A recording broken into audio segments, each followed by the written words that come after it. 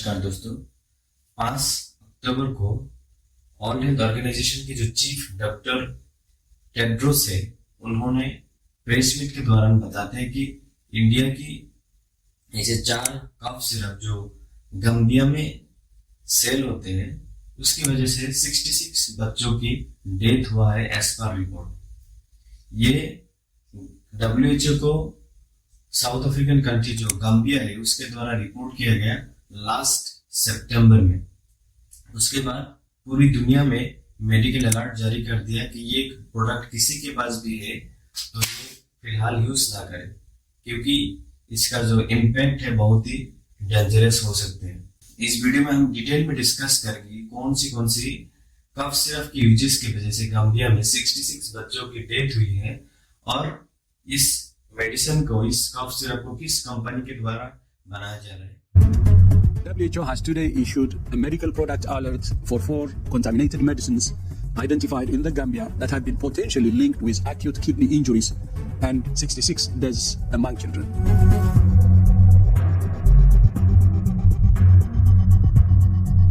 The 4 medicines are cough and cold syrups produced by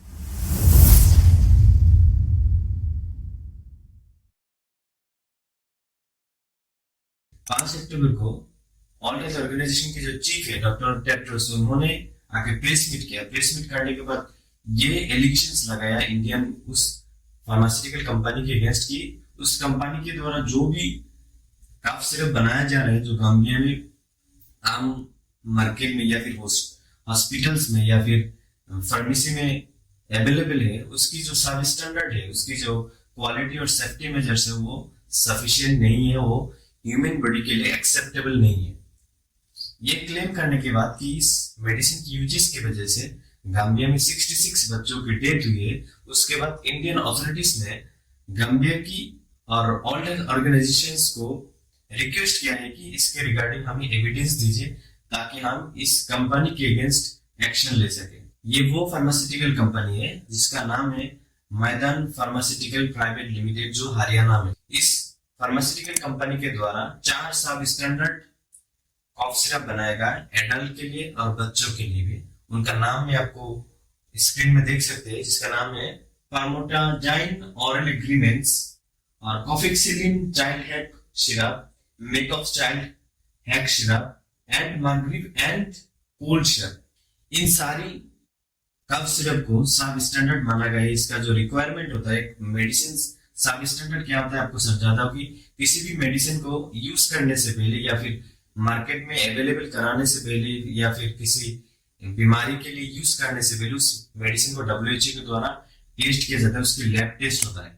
अगर वो lab test में जो स्टैंडर्ड और गाइडलाइंस WHO के द्वारा फार्मास्यूटिकल कंपनीज को प्रोवाइड किया गया कि मेडिसिन बनाने के दौरान या फिर उसकी कंपोजिशंस को ऐड करने के द्वारा जो भी गाइडलाइंस दिया गया है उसे फ्लो कर रहे या नहीं कर रहे, उस चीज को एग्जामाइन करते हैं, तभी वहां से अप्रूवल मिलने के बाद ही उस प्रोडक्ट को मार्केट में पब्लिश करने के लिए अनुमति दिया जाता है। इस केस में क्या हुआ, जब इस कफ सिरप की यूजेस की वजह से गाम्बिया में इतने सारे बच्चों की डेथ हुई, उसके बाद तुरंत इस मेडिसिन की यूजेस पूरी गाम्बिया में स्टॉप कर दिया। वर्ल्ड हेल्थ ऑर्गेनाइजेशंस के जो लैब टेक्नीशियंस हैं उनके द्वारा जब इस प्रोडक्ट को, इस कफ सिरप को टेस्ट किया गया, टेस्ट करने के बाद उनको पता चला कि इसमें जो डाइथिलीन ग्लाइकोल और इथिलीन ग्लाइकोल है, इसकी मात्रा जो है जो इनएडमिसिबल है वो वर्ल्ड हेल्थ ऑर्गेनाइजेशंस की गाइडलाइन के हिसाब से, और इसीलिए इस प्रोडक्ट को रिजेक्ट किया गया WHO के द्वारा फर्दर यूज के लिए, और पूरा मेडिकल अलर्ट जारी कर दिया WHO के द्वारा। और आगे जाकर मैं आपको बताऊंगा कि WHO के द्वारा इस प्रोडक्ट को यूजेस को लेकर क्या एडवाइस किया गया अथॉरिटीज को और आम पब्लिक को। चलिए अब जानते हैं कि इस प्रोडक्ट की जो रिस्क रेट है कितना है और इससे कंज्यूम करने से ह्यूमन बॉडी में क्या क्या इफेक्ट हो सकता है। इसमें जो डाइथिलीन ग्लाइकोल और इथिलीन ग्लाइकोल है, ये दोनों ही प्रोडक्ट पॉइजनियस है ह्यूमन बॉडी के लिए, इसीलिए इस प्रोडक्ट को कंज्यूम करने से मना करते हैं। ये प्रोडक्ट कंज्यूम अगर कोई भी व्यक्ति करता है उसको निश्चित तौर पर stomach pain, diarrhoea, inability to pass urine, headache alternate mental state, and acute kidney injuries which may lead to death. इसमें बताया गया है कि कई तरह की आपको हेल्थ इश्यूज हो सकते हैं, जैसे कि किडनी की प्रॉब्लम्स और आपका मेंटल स्ट्रेस हो सकते हैं, आपको स्टमक पेन हो सकता है, आपका पेट खराब हो सकता है। और जब से इस मेडिसिन की यूजेस गाम्बिया में कम कर दिया, तब से जो डेथ रेट है, हॉस्पिटलाइजेशन से रेट है, ये नीचे ही चला गया। और लास्ट कुछ दिनों में सिर्फ 6 या 7 डेथ केस रिपोर्ट हुआ है गाम्बिया में। और फर्दर यूज के लिए गवर्नमेंट ने पूरी तरीके से रेस्ट्रिक्शंस लगा दी और गाम्बिया की हेल्थ अथॉरिटीज ने भी इसके खिलाफ सही से एक्शन लेने की मांग की है। और ऑल हेल्थ ऑर्गेनाइजेशंस के द्वारा कुछ एडवाइजरी नोटिस और सजेशंस दिया गया है कि हर देश की हेल्थ अथॉरिटीज को ये बताया गया है कि इस प्रोडक्ट के फर्दर यूज को रोका जाए, और लोगों को एडवाइस किया कि अगर किसी के पास ये प्रोडक्ट है, इसको इस्तेमाल ना करें।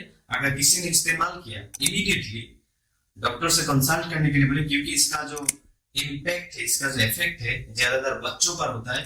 इसीलिए बच्चों को इससे दूर रखें, और जो एडल्ट है, किसी ने कंज्यूम किया है, तुरंत डॉक्टर से कंसल्ट करें और डॉक्टर से सलाह लेके उनको क्या करना चाहिए, क्योंकि ये बहुत ही पॉइजनियस है। और ऐसे ही इंफॉर्मेटिव वीडियो देखने के लिए मेरे चैनल को सब्सक्राइब करें। मिलते हैं अगली वीडियो में। बहुत बहुत धन्यवाद।